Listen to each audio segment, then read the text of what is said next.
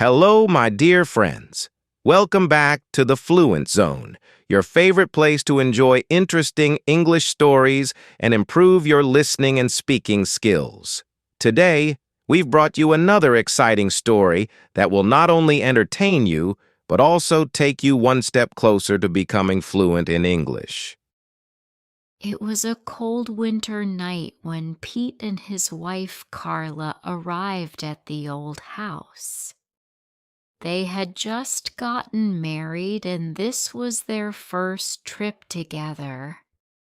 Pete's uncle had invited them to stay in his vacation home far away from the busy city.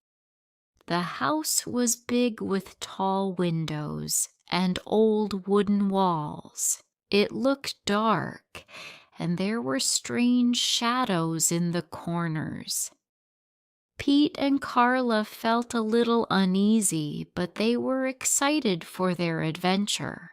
Pete's uncle, who lived nearby, gave them a quick tour. He said, "This house is old, but it's very special. Some strange things have happened here, but don't worry. It's all just stories." Carla smiled nervously. She was excited, but the old house felt strange. There was something about it that made her feel like she wasn't alone. That night after dinner, Pete and Carla went to bed. The house was very quiet. There was no sound except the wind outside. But in the middle of the night, Carla woke up. She heard a sound, soft but clear. It was a low voice calling her name. "Carla, Carla," the voice whispered.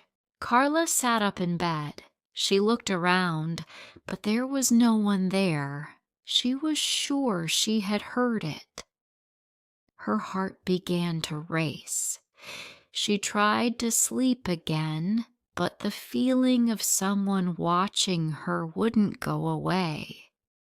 She wanted to wake Pete, but she didn't want to scare him. She stayed still, listening for any more sounds, but all she could hear was the wind outside and her own heartbeat. The next morning, Pete asked Carla if she had slept well. Carla didn't want to tell him about the voice. She didn't want to seem silly, but she couldn't stop thinking about it. Later that day, Pete decided to explore the house. He went upstairs to the old attic. The wooden steps creaked under his weight. In the attic, he found a small box. It was covered in dust, and there were strange symbols on it. Pete opened the box and found an old photograph. It showed a woman standing in front of the house, smiling. But there was something odd about her smile. It was too wide, almost like she wasn't human. Pete felt a chill run down his spine. He quickly put the photo back in the box and closed it. He didn't want to stay in the attic for long. Something didn't feel right. When Pete went back downstairs, he noticed that Carla was acting strange. She looked pale and nervous, as if she had seen something frightening. "Are you okay?" Pete asked. "I'm fine," she said quickly. But Pete could see that something was wrong. Carla looked at the window and then back at Pete.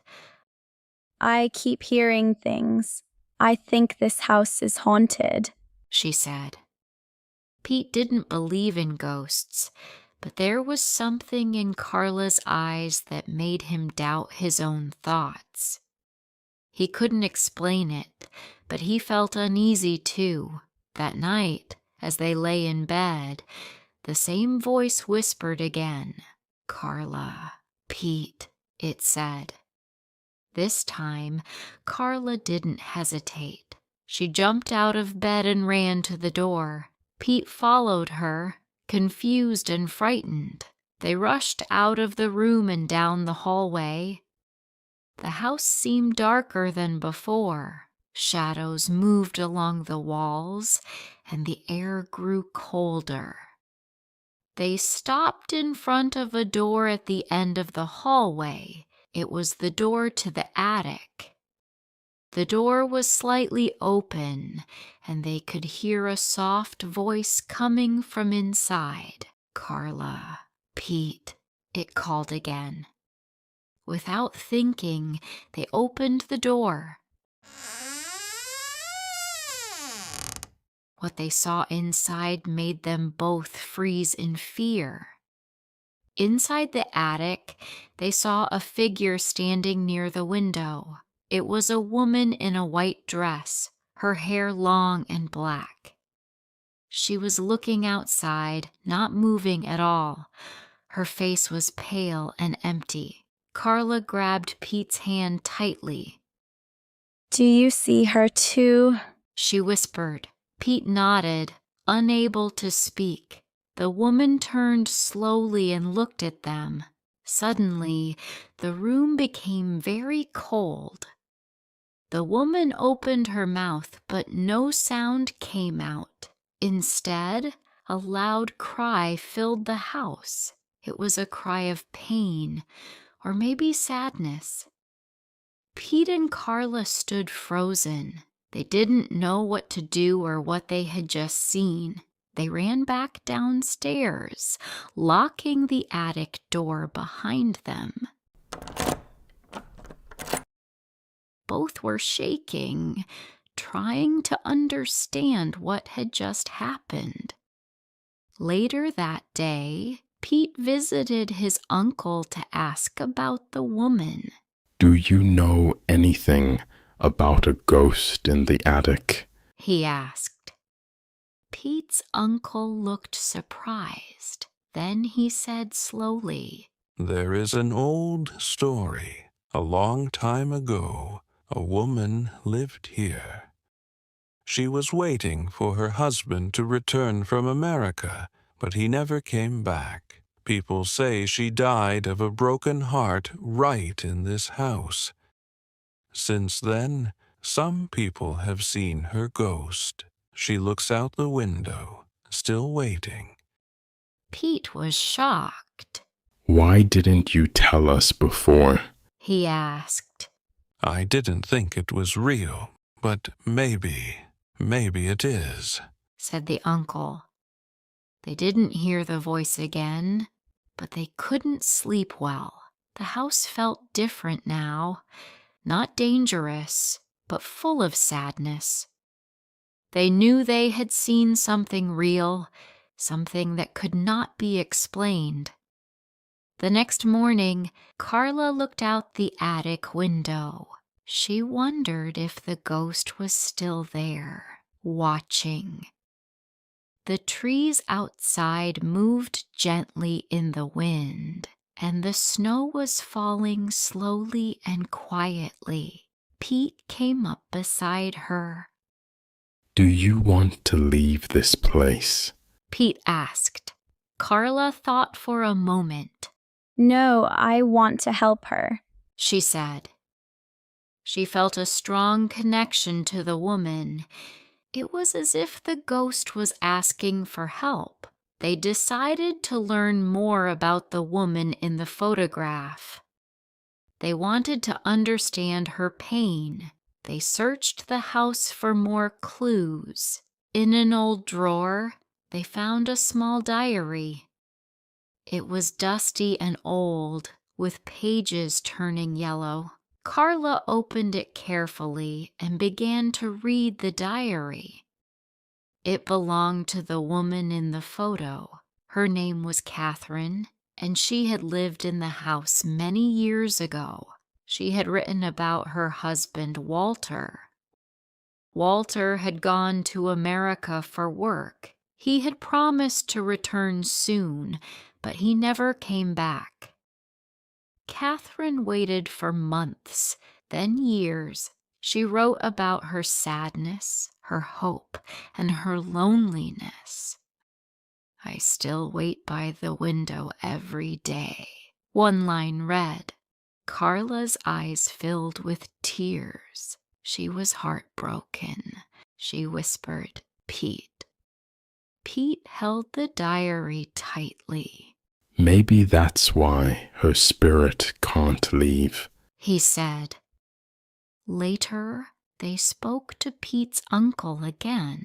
He looked surprised when they showed him the diary. He said, I remember stories about Catherine. She was very quiet after Walter left. Some people said they saw her ghost in the attic window, always waiting, always watching. Pete and Carla went to the local library. They searched old newspapers and records. They found a photo of Walter. He was handsome with kind eyes. An old article said Walter's ship had sunk, but his body was never found. Maybe Catherine never believed he died. Maybe she kept hoping he would come back. They returned to the house before sunset. The wind was stronger and the air felt heavy.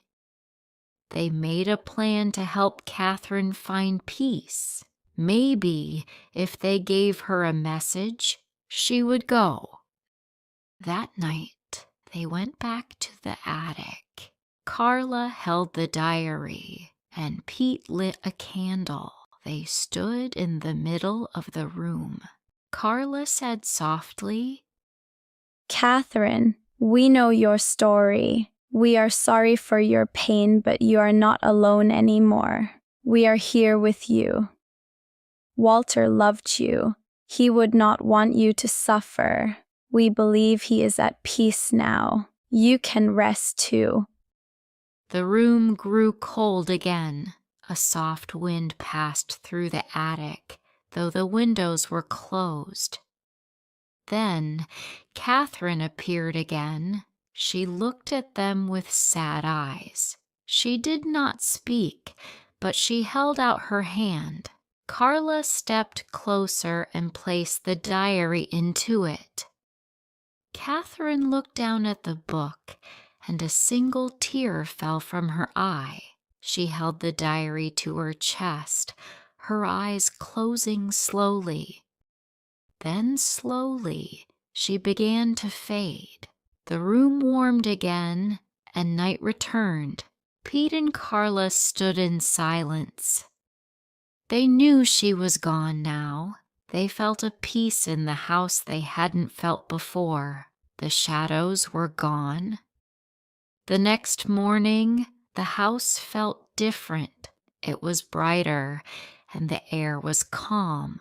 Pete and Carla walked through the rooms and felt safe. The feeling of being watched was gone. In the attic, the photo was still there, but now Catherine's smile looked softer, more human. They knew the house would never be the same again. It was no longer haunted. They smiled at each other. The ghost had found her peace. Pete and Carla stayed 2 more days in the house. The nights were calm and no voices came. They still lit a candle in the attic each night. It was their way of saying thank you to Catherine. Carla sometimes sat by the window where Catherine once waited. She thought about how deep love could be. Catherine had waited for years, even after death. That kind of love was beautiful and sad. On the 3rd morning, they packed their bags. Pete stood in the hallway, looking at the attic door. It feels like she's really gone, Pete said. Carla nodded. I feel it too. She replied softly. They cleaned the house and closed the windows. Everything felt peaceful, like the house was finally resting. Before they left, Carla placed a flower on the attic stairs. For Catherine, she whispered. Pete took one last look at the living room. The shadows were gone, and the air felt warm. They walked to their car.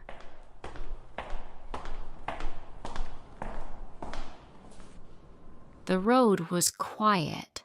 As they drove away, Carla looked back at the house. For the first time, it looked like a home. They drove for hours before stopping at a small coffee shop. They needed time to rest. Inside, they sat near a fire. Carla held Pete's hand tightly. Do you think there are more ghosts like her? Carla asked. Maybe people who wait too long with hearts full of love, but perhaps they just need someone to listen, someone to help them let go. Pete said. He reached into his bag and took out the diary. I brought it with me. I thought someone should remember her story. She shouldn't be forgotten, Pete said. Carla smiled. That's a good idea. Maybe we can write her story one day, she said. As they talked, an old man entered the shop. He had a thick coat and a tired face. He looked at Carla for a long time, then at the diary in Pete's hand. That book, I've seen it before, the man said slowly. Carla was surprised. Do you know Catherine? Carla asked. The old man sat down and said, I knew her a long time ago when I was a child. She lived there. My mother worked at the house. She used to sit at the window every day. She told me about her husband. Carla listened closely. What happened to Walter? She asked. The man shook his head and said, No one really knew, but some say he returned many years later. He was sick and old. He came back to find her, but she had already died. He cried at her grave for hours. Then he disappeared again. Pete and Carla sat quietly, their hearts feeling heavy. She never knew he came back, Carla whispered. Maybe now she does. Maybe she can finally rest, Pete said. They thanked the man and left the coffee shop. They drove home slowly. When they reached their apartment, Carla put the diary on a shelf. It would stay there as a memory. Sometimes, at night, she would open the book and read a few pages. She felt close to Catherine that way. Pete would sit beside her, and they would talk about the house, about love, about waiting, and about letting go. The house was still there, but it was quiet now. The spirit was gone. Only the love remained, and in their hearts, the story would never end.